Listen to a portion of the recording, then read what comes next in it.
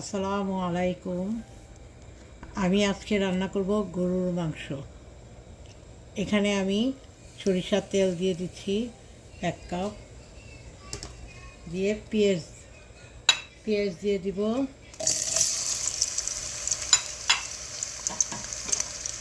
এখানে আমি দিয়েছি দারচিনি, লং, এলাচ, গোলমরিচ এন্ড তেজপাতা দিয়ে দিলাম।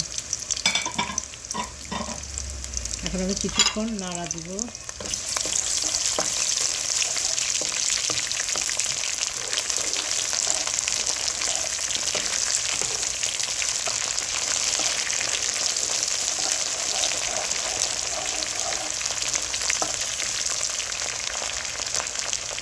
একটু পেঁয়াজটা ভাজা হোক, তারপরে দিয়ে দেব মশলা। আদা রসুন বাটা দিয়ে দিচ্ছি 2 চামচ, দিয়ে একটু ভেজে নেব।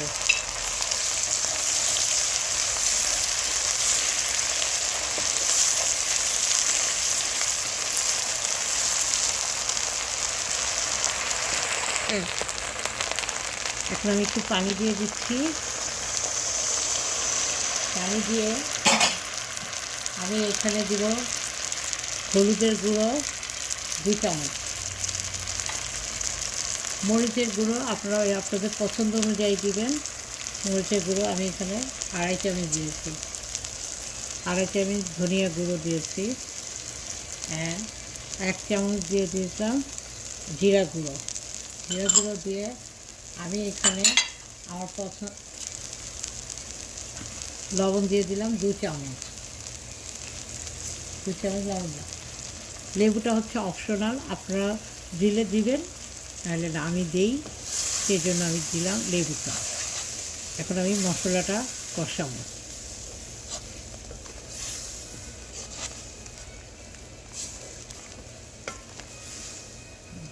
এখন আমি ঢেকে দিব।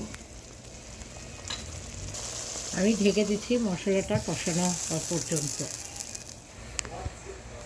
আমি দেখি আমার মশলাটা কষানো হয়েছে। মশলাটা কষানো, আমি একটু মাংস দিয়ে দিচ্ছি।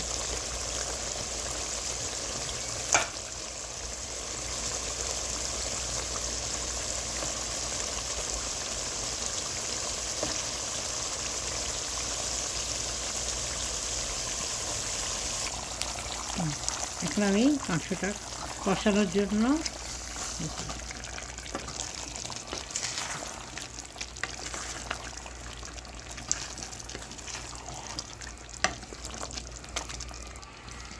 নাড়া দেওয়া হয়ে গেছে। এখন আমি ঢাকনাটা দিয়ে দিচ্ছি মশলাটা কষানোর পর্যন্ত।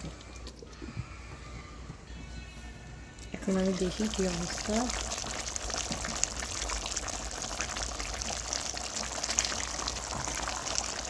আমি এখানে কিছু পেঁয়াজ আর রসুন দিয়ে দিচ্ছি।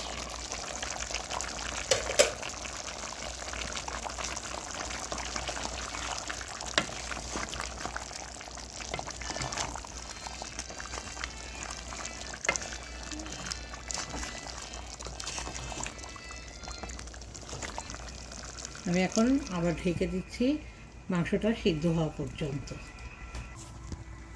আমি একটু দেখি, মাঝখানে একবার নাড়া দিয়েছিলাম মাংস। এখন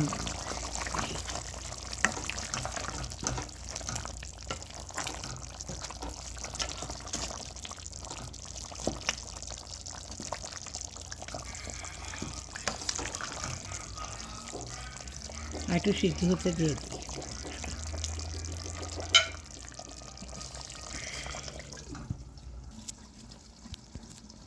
এখন আমি মাংসটা অর্ধ সিদ্ধ হয়েছে, এখন আমি আলু দিয়ে দিব। আলু দিয়ে একটু নাড়া দেব।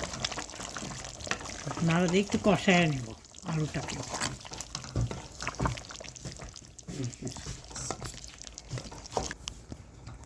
আলুটাও কষানো হয়ে গেছে। এখন আমি ঝোল দিয়ে দিচ্ছি।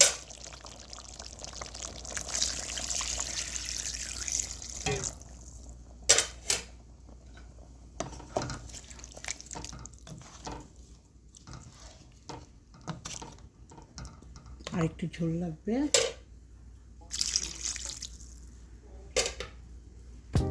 এখন বরফ, এখন ঢেকে দিব পানিটা বরফ ওঠার জন্য।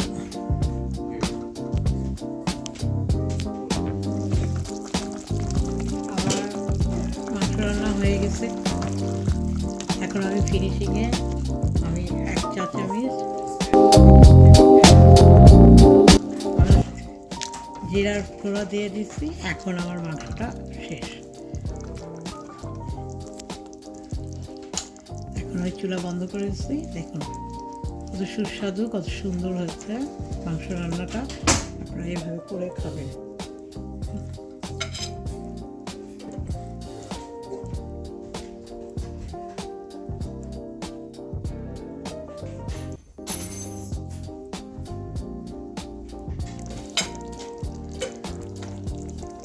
আপনারা এইভাবে রান্না করবেন।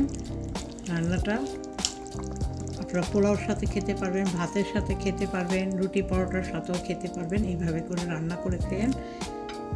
ভালো থাকবেন সবাই। আসসালামু আলাইকুম।